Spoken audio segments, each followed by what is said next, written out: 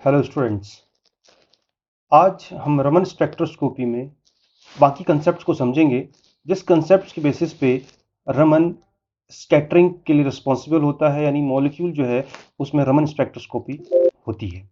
इसको हम समझते हैं तो सबसे पहले हमारे समझ में आता है कि भाई पोलराइजेबिलिटी भी कुछ चीज़ होती है जिससे मॉलिक्यूल रमन स्पेक्ट्रम या स्पेक्ट्रोस्कोपी शो करता है। स्कैटरिंग के लिए पोलराइजेशन, हमने कहा कि जो मॉलिक्यूल है उसका जो इलेक्ट्रॉन क्लाउड है, अगर उसमें डिफॉर्मेशन या चेंज आता है तो उसकी पोलराइजेबिलिटी होती है। हम जानते हैं कि जब मॉलिक्यूल को या एटम को इलेक्ट्रिक फील्ड में रखा जाता है, तो व्हेन अ मॉलिक्यूल और atom is brought into an electric field, तो क्या कंडीशन आती है? जब इलेक्ट्रिक डायपोल मोमेंट इंड्यूस हो जाता है सिस्टम में, उसको हम कहते हैं polarisation. When an atom or molecule is brought into an electric field, an electric dipole moment is induced in the system. That process is known as polarization. तो या पोलराइजेबिलिटी हम इसको बोलते हैं। तो the magnitude of this dipole moment is proportional to the electric field. तो जो mu हम यहाँ पे डायपोल मोमेंट बोल रहे हैं हम, तो वो डायरेक्टली प्रोपोर्शनल होता है इलेक्ट्रिक फील्ड के। तो जो इसमें जो कांस्टेंट आपको दिखाई दे रहा है वो कांस्टेंट है polarisability. When dipole moment is being changed or influenced by electric field, then it should be the directly proportional to the electric field, and there is a constant. That constant is termed as polarizability. In an induced dipole, तो इसमें क्या होता है, ये क्या है basically a distance between the charged fixed, यानी जो चार्ज मॉलिक्यूल के रहते हैं उनके जो डिस्टेंस है उस फिक्स्ड चार्ज के ऊपर डिपेंड करता है। द डिस्टेंस अब यहाँ पे देखते हैं हम, which is proportional to the strength of the applied field. जितना हम ई अप्लाई कर रहे हैं तो उतना ये चार्ज सेपरेशन हो रहा है। यहाँ पे चार्ज सेपरेशन पॉजिटिव और निगेटिव के बीच में डिस्टेंस कम थी, और यहाँ पर इन दोनों के बीच में डिफरेंस ज़्यादा है। तो यही जो डिफरेंस है यही इसका डायपोल मोमेंट का इंडक्शन है। और ये जो कांस्टेंट क्वांटिटी इसमें इंक्रीज हो रही है उसको हम बोलते हैं polarizability. Means when we are applying an electric field into it, the change and the distance between the fixed charge is termed as polarization. और in an atom the polarizability is isotropic. तो अगर polarizability isotropic होती है molecule में, the atom act like as antenna and radiates at the incident frequency. इसको हम relay scattering में देखते हैं अगर वो आइसोट्रोपिक होती है। इन अ मॉलिक्यूल पोलराइजेबिलिटी में बी अनिसोट्रोपिक। अगर वो पोलराइजेबिलिटी आइसोट्रोपिक है तो रिले स्कैटरिंग हो गई। अगर वो एनिसोट्रोपिक है मतलब वो डिपेंड करती किसके ऊपर? रोटेशनल और वाइब्रेशनल कोऑर्डिनेट्स के ऊपर।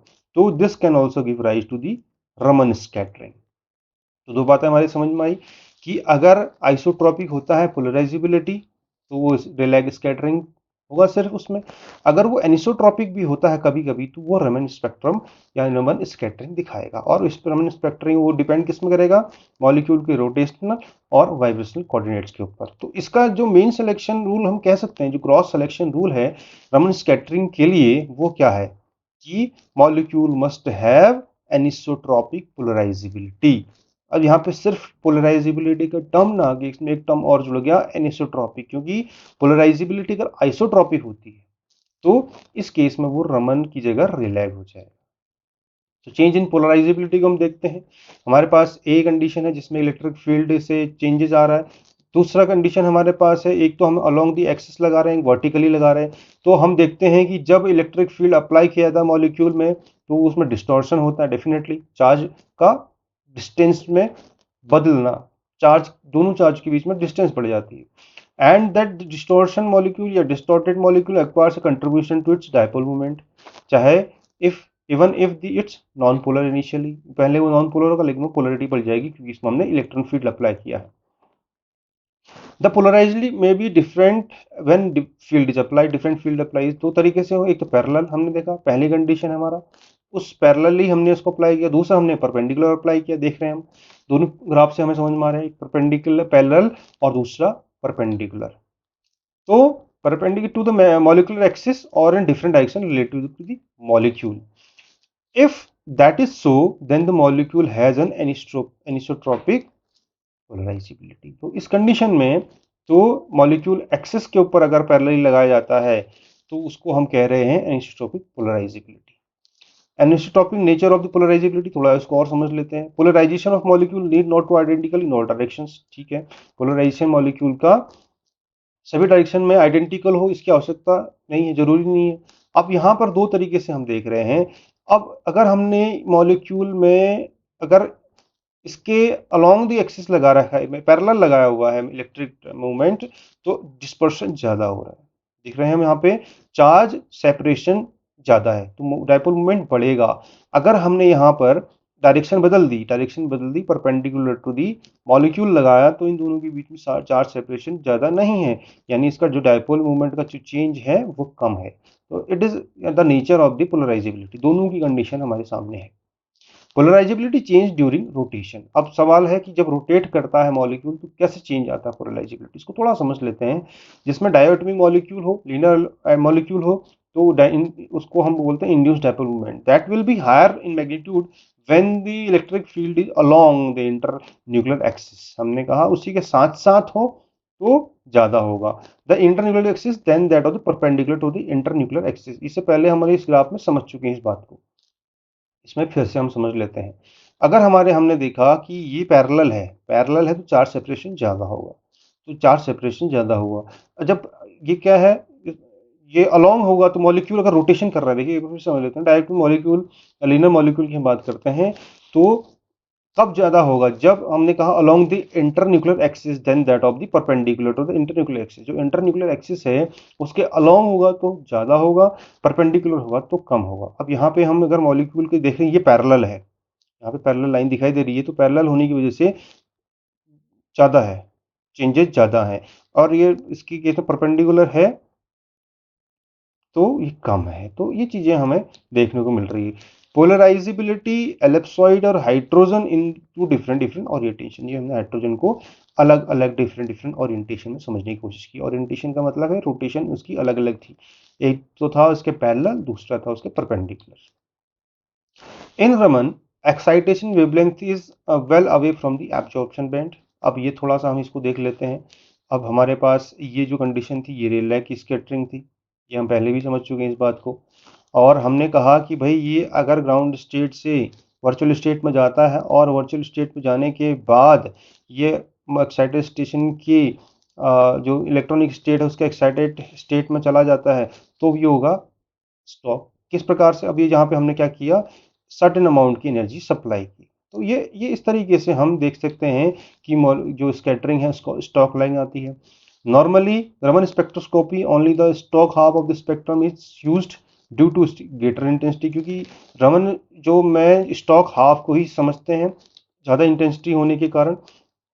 यहाँ पे अभी देखेंगे हम इंटेंसिटी कैसे ज़्यादा हुई, तो वही कंडीशन को हमने समझी, बातों को समझा। ये हमारे पास रेले की स्कैटरिंग है, जहाँ पे हमने देखा कि एक्साइटेड स्टेट से अगर गया तो एक्साइटेड स्टेट में ही आया, ग्राउंड स्टेट से गया तो मॉलिक्यूल वर्चुअल में से वापस जब आए रिलैक्स किया तो ग्राउंड में ही आया। दो कंडीशन अराइज हुई थी यहाँ पे, जिसको हमने कहा कि ये रेमन स्कैटरिंग होगी। या तो ग्राउंड स्टेट से वर्चुअल स्टेट में जाने के बाद वो एक्साइटेड स्टेट में जाएगा, या वो एक्साइटेड स्टेट से जब रिलैक्स होता है तो ग्राउंड स्टेट में आएगा। मतलब कहने का मतलब है कि एक्साइटेड होने के बाद वर्चुअल स्टेट से वो जब डिफरेंट डिफरेंट कंडीशन में आए तो उसकी एनर्जी में डिफरेंस आएगा। तो इसको हम बोलते हैं स्टॉक स्कैटरिंग, जो कि अगर वो एक्साइटेड स्टेट में रिलैक्स हुआ। और इसको हम बोलते हैं एंटी स्टॉक स्कैटरिंग। जो स्टॉक और एंटी स्टॉक का ये डिफरेंस, जिसमें फ्रीक्वेंसी जो है वो कम रहेगी और इसमें फ्रीक्वेंसी ज़्यादा रहेगी। इसी में से हमने देखा की इंटेंसिटी हमें मिली। हमने कहा कि स्टॉक की इंटेंसिटी जो होती है वो एंटी स्टॉक से ज़्यादा होती है। वर्चुअल में से जब वो ग्राउंड के एक्साइटेड जो इलेक्ट्रॉनिक के एक्साइटेड स्टेट में जाता है तो स्टॉक मिलता है। स्टॉक की फ्रीक्वेंसी ज़्यादा होने की वजह से, इंटेंसिटी ज़्यादा होने की वजह से हम देखते हैं कि सिर्फ और सिर्फ स्टॉक हाफ को ही स्पेक्ट्रम में यूज़ किया जाता है, क्योंकि ये जो पीक है ये इजीली हमें मिल जाती है और इजीली दिखाई देती है। Ground vibrational state is a more populated than the excited vibrational state, ये इसका बेसिक कंसेप्ट है। तो इंटेंसिटी स्टॉक लाइन की हमेशा ज़्यादा होती है एंटी स्टॉक लाइन से। जब टेम्परेचर ऑफ द स्पेसिमेन जब इंक्रीज किया जाता है तो large fraction of molecule vibrational में पहुंच जाता है, और जिसमें कि ratio of anti stock line और स्टॉक लाइन बढ़ जाते हैं। Position of stock line anti stock line जो मटेरियल की एक करेक्टरिस्टिक्स होती हैं जिसको हम मॉलिक्यूल को आइडेंटिफाई करने के लिए यूज कर सकते हैं। रमन स्पेक्ट्रोस्कोपी में अगर हम देखते हैं कि दो चीज़ें हमारे सामने आ रही हैं। अगर Rayleigh scattering is 1000 to 10,000 times weaker than the incident light, और उसकी प्रॉपर्टी में देखा जाए तो रमन स्पेक्ट्रिंग जो स्कैटरिंग होती है वो 1000 to 10,000 times weaker than the Rayleigh scattering. यहाँ पे हमने देखा कि ये वीकर होता है इंसिडेंट रेडिएशन के, इस इंसिडेंट लाइट के रिलेग स्कैटरिंग। रमन स्कैटरिंग को हम रिलेग से कंपेयर करेंगे। The incident radiation can be near infrared. अब इसका रेडिएशन कौन सा होगा भाई, लेजर की जो लाइट है वो कहाँ से होगी ये समझना है। पहली बात हमने कहा नियर इंफ्रारेड रीजन, दूसरी बात हमने कहा विजिबल, और तीसरी बात अल्ट्रावायलेट। तो इन तीनों लाइट का जो जो नियरली लेजर लाइट है वही इसके लिए इंसिडेंट रेडिएशन होगी रमन स्पेक्ट्रोस्कोपी को समझने के लिए, या रमन स्पेक्ट्रोस्कोपी में।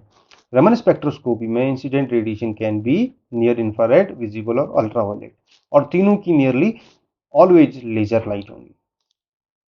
तो हमें पता है कि जब हमें उस बीम की हमें चाहिए हाई इंटेंसिटी की रमन स्कैटरिंग, तो हमें हाई इंटेंसिटी बीम हमें मॉलिक्यूल के साथ इंटरेक्ट करानी पड़ेगी।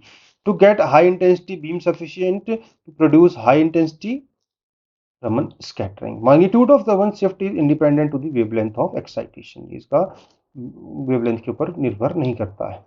ये हम थोड़ा सा इसको पिक्टोरियली समझ सकते हैं। ये हमारे पास सैंपल है और इस सैंपल में जो मॉलिक्यूल है वो रखा जा रहा है।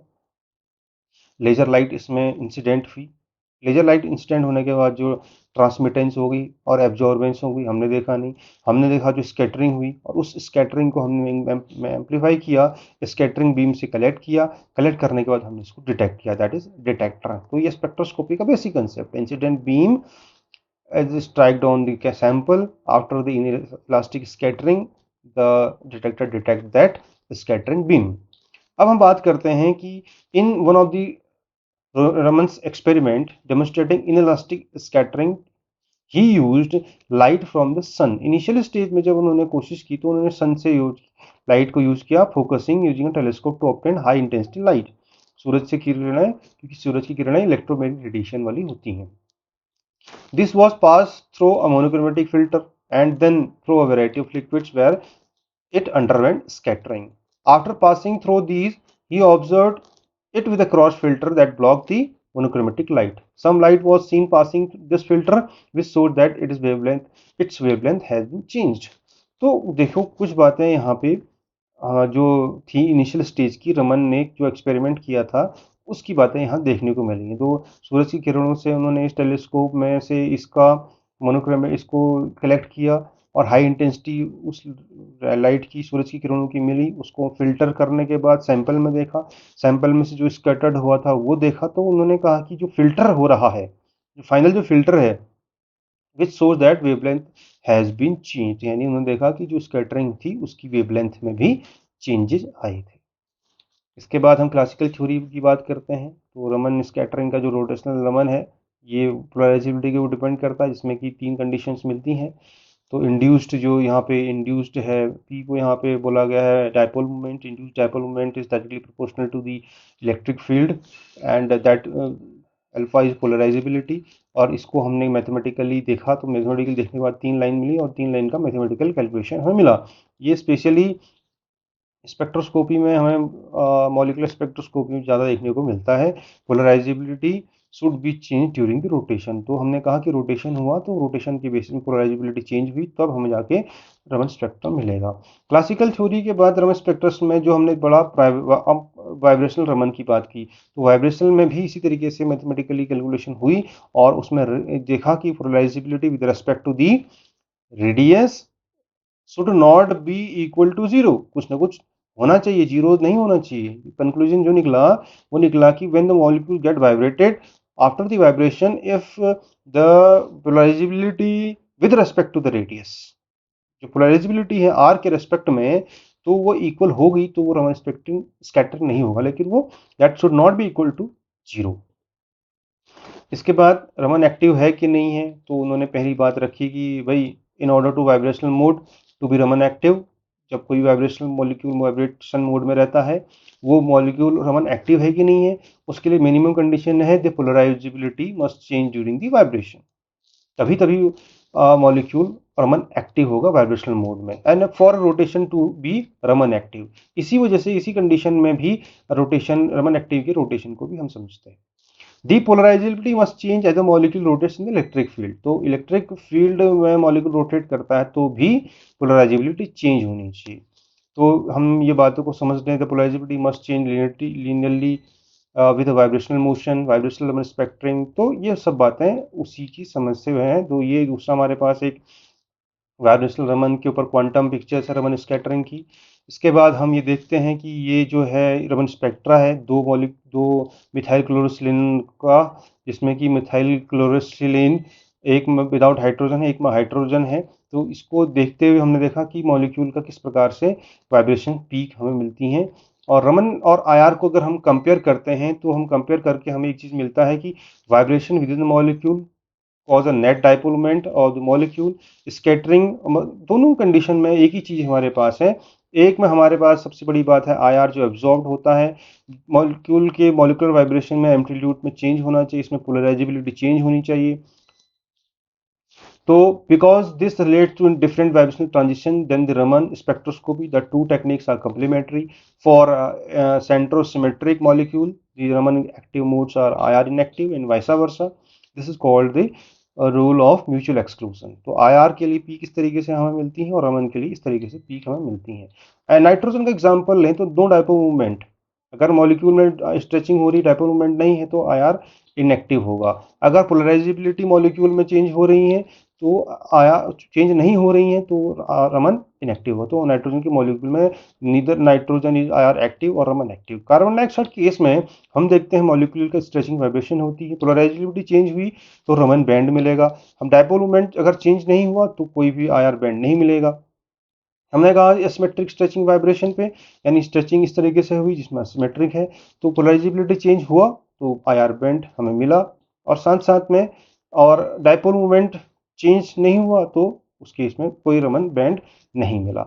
यानी दोनों चीज़ें हमने एक साथ देखी। डाइपोल में हमने देखा कि आईआर बैंड मिलता है, डाइपोल डज नॉट, डाइपोल अगर चेंज नहीं होता तो आईआर बैंड और रमन बैंड नहीं मिलता। तो ये थोड़ा सा हमने कार्बन डाइऑक्साइड की बात की। एडवांटेजेस की बात करते हैं, that can be used with solid, liquid और gases, no sample preparation needed, इसमें कोई आवश्यकता नहीं पड़ती है। Spectra for each material are unique, दोनों मटेरियल के लिए can be used to identify materials conclusively, ये नॉन डिस्ट्रक्टिव होता है, किसी प्रकार के वैक्यूम की आवश्यकता नहीं होती जब तक, unlike some techniques which save an on expensive vacuum equipment. Short time scale है, Raman spectra can be acquired quickly, can work with the aqueous solution। Infrared spectra had trouble with the aqueous solution because the water interferes strongly with the wavelength used। तो infrared का case अलग है। Infrared में क्योंकि infrared जो होता है वो वाटर इंटरेक्ट कर लेता है, इंटरफेयर कर लेता है, लेकिन इसमें कोई इंट्रैक्शन की जरूरत नहीं पड़ती है, मतलब इसमें एक्वस सॉल्यूशन में कोई इंट्रैक्शन नहीं होता है। Glass vital can be used. अब हम बात करते हैं can use down fibre optics cable for remote sampling, fast analyse होता है। डिसएडवांटेज की बात करते हैं, can not use for metal analyse, Raman effect is very weak। Raman can be countered by using one of the alternate techniques, can be swamped by fluorescence from some materials, sample with color may absorb laser light and burns। So this is basically the concept which is used uh, in Raman spectroscopy. We understand the advantages and disadvantages of the Raman spectroscopy. This is the end of the Raman spectroscopy. If you like the video, just like it and share it to your colleagues and friends. If you have any doubts, please comment on the below section and I'll try to solve every answer. Thank you.